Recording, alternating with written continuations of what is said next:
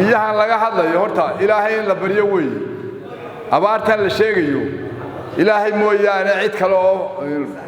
furanaysa ma jirto ilaahun bay naga soo furan kara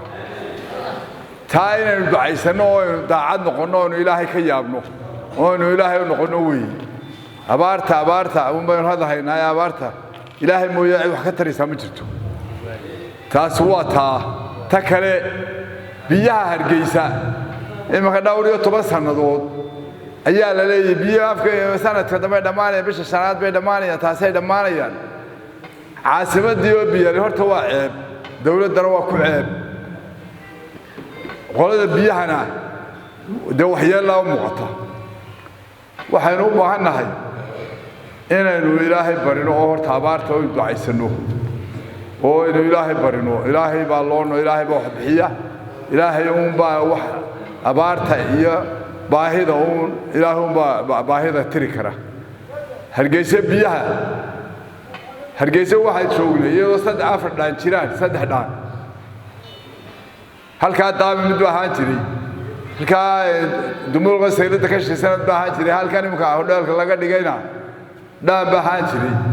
wax biyalaan ka cabanaya bariga ma jirin dooxyadana waa laga dhaasan jiray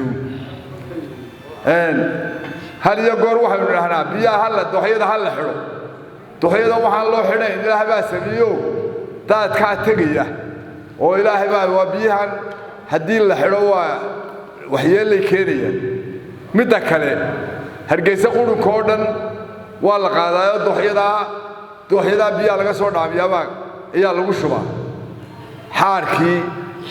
hadii la yiraahdo bahashii loo oran jiray wixii sunahay oo dhan ilaahay baa ina badbaadinayee waxaan oran lahaa nimanka bilaacada qaadaya meel gaar ah oo god loo qodo lagu shubo imika biyaha xaggan hoos ma loo qaada dadkuna waa ka rogmanaya waa halka laga soo dhaamiyo cudurrada oo dhan waa biyaha bahashii loo oran jiray lagu sunan jiray bahara ayaa godadka lagu shubaa waa laga digtoonaada waxaan leenahay qolada biyaha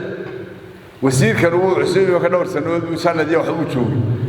ilaa 15 sanadood baa la biyo waa diyaar intii hore soconaysay la laayay marka qasabadii hore socon jiray ee dadka qaar ka cabi jiray ayaa imika go'ay ama biyaan ha u go'een ama beeb ba jabo hawlo badan baa jira war ilaahay aan ka yaabno ilaahay aan barino oo aan ilaahay barino abaarta oo calool fayoobaan iyo inaan sameeyno 4 saacadood waxba la hadlayaa calool xumaa jirta waxa lagu hadlayaa waa waxaan loo baahnayn waxaan leenahay inaan la ka yaabno ilaahay nabarno oo ay salaadana tukano quduunta la akhriyo roob doon la akhriyo alla barigi la dhigi jiray reer miyiga xitaa dumarka barigi hore dhigi jiray xawiye faadumo kolkaas roob ku dii jiray war waxaan ay helay garan maynee oo ducayn jiray haddaba waxay leenahay war urgumaar baa jiray aan iska dayno assalaamu